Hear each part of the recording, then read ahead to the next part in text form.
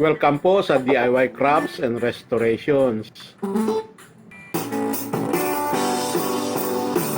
Ngayon naman po ay subukan natin i-repair ang aking JBL Goto speaker. Merong crackling noise or garalgal. Sa low at normal volume, hindi masyadong halata. Pero pag nakatudo ang volume, dinig na dinig na. Ang garalgal na ito ay dahil sa napunit ng rubber surround ng speaker. Subukan kong i-repair gamit ang double-sided tape technique. Hindi ito permanenteng solusyon. Wala kasing pamalit. Sana lang tatagal. Natanggal din ang counterweight na nakakabit sa housing ng auxiliary at charging port. Pag inalog ang speaker, talagang dinig na dinig ang rattling. Ididikit na lang ulit ang pabigat.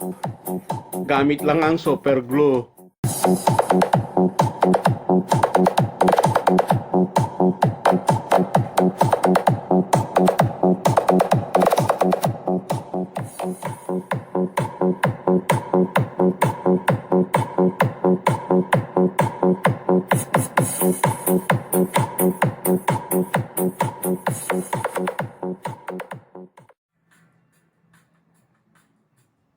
Bago baklasin ang speaker, pakinggan muna natin para marinig ang distortion or garargal. Sa low at volume, hindi halata.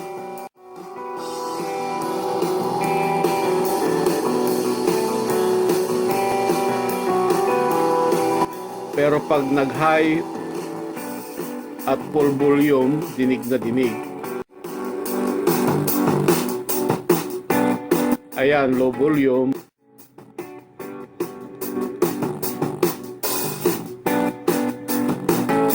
Ayan naman ang full volume.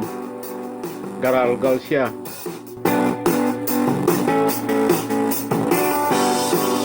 Para mabaklas, tanggalin muna itong speaker screen sa pagkadikit sa rubber sleeve at sa box. Tanggal na rin ang isang pabigat.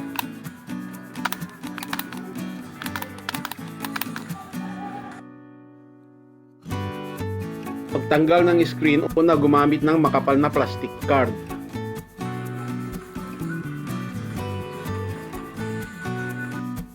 Tanggalin ang pagkadikit ng rubber sleeve sa palibot. Kadikit ang screen sa rubber sleeve.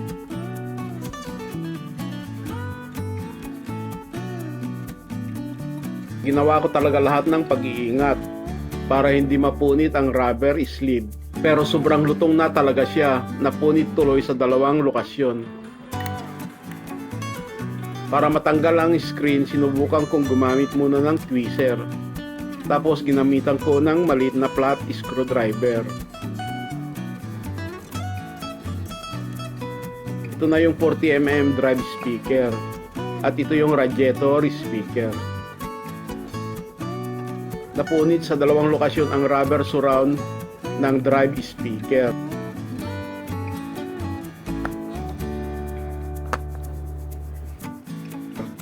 Sa unang area ay napigtal na talaga.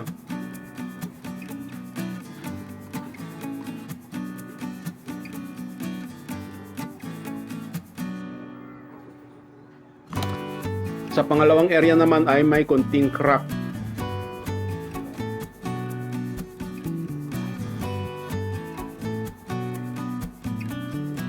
Ito naman bass radiator speaker ay okay pa. Wala akong makitang sira.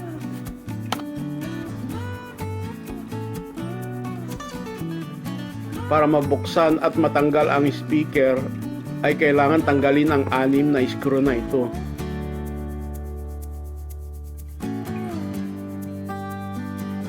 Una, ginamitan ko ng plastic card sa pagsikwat.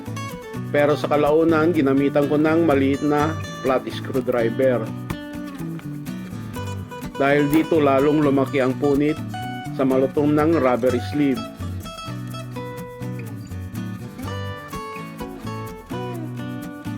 Para matanggal ang mga speaker, dinisconnect ko dito sa saksakan ng wire.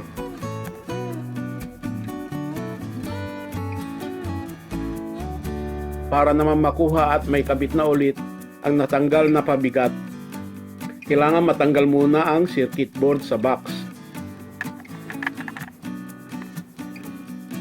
Kailangan matanggal ang dalawang screw na ito.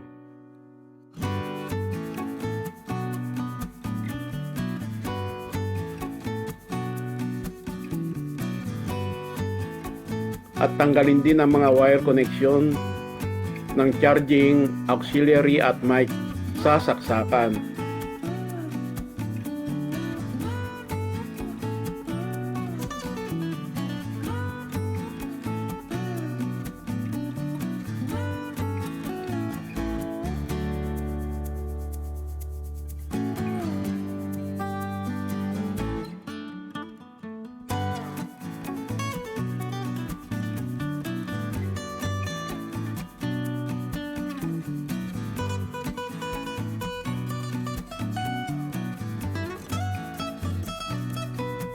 Para sa pag-repair ng napunit na rubber surround, gagamit lang ako ng double-sided tape.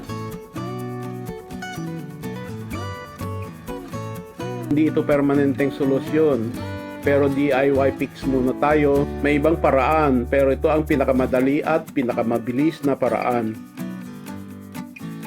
Repair ko lang din doon sa parting napunit na.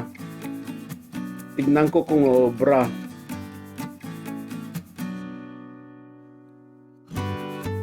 Ang pagtapal ay madali lang. Gumupit lang ng double-sided tape sa tamang sukat at maingat na idikit doon sa napunit na lugar ng rubber surround. Gumamit lang ng tweezer para madali.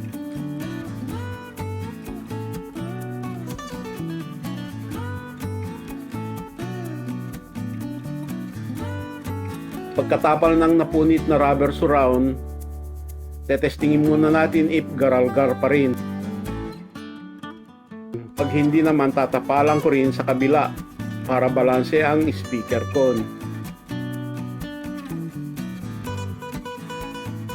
Kailangan kasing parating nakasentro ang speaker coil para hindi sumasabit sa magnet.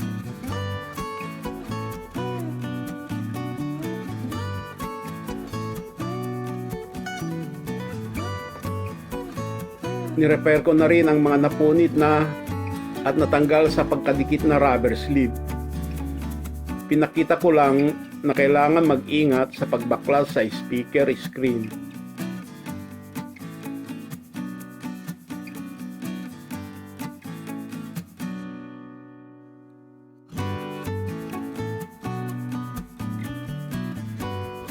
At dahan-dahan lang para hindi masira.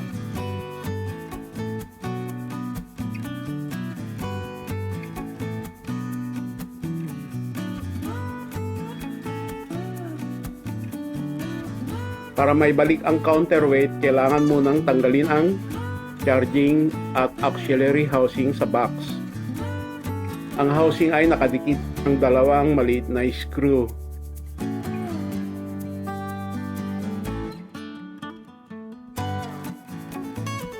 Ginamitan ko lang ng super glue para may dikit ulit ang pabigat.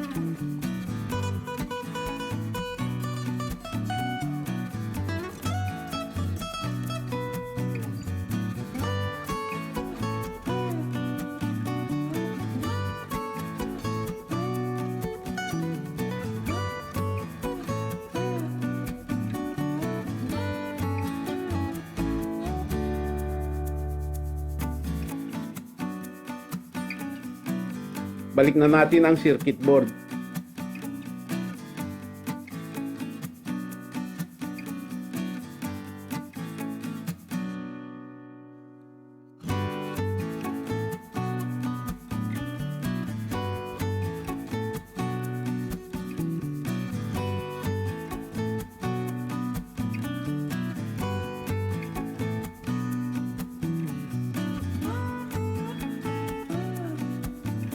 Kabit ko muna ang mga speaker connection para matesting muna.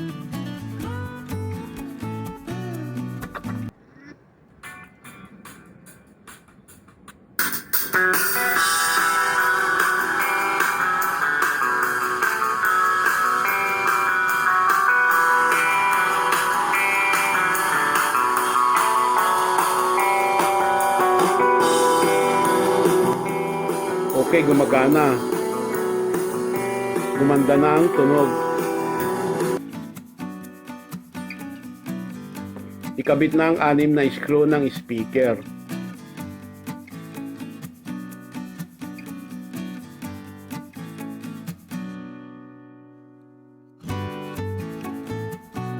Tapos, ikabit na rin ang speaker screen.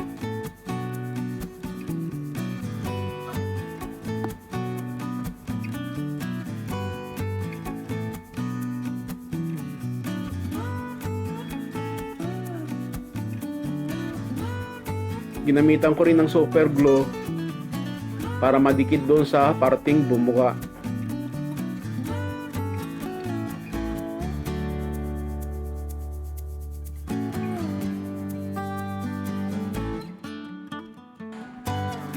Ayan na siya pagka-repair.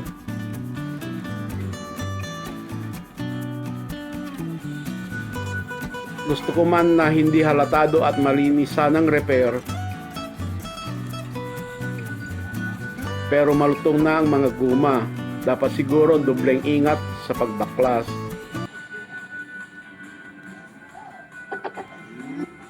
Turn on na ang JBL Go 2 speaker. Connected na sa Bluetooth.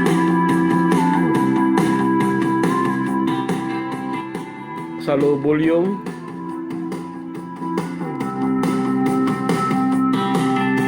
Normal volume.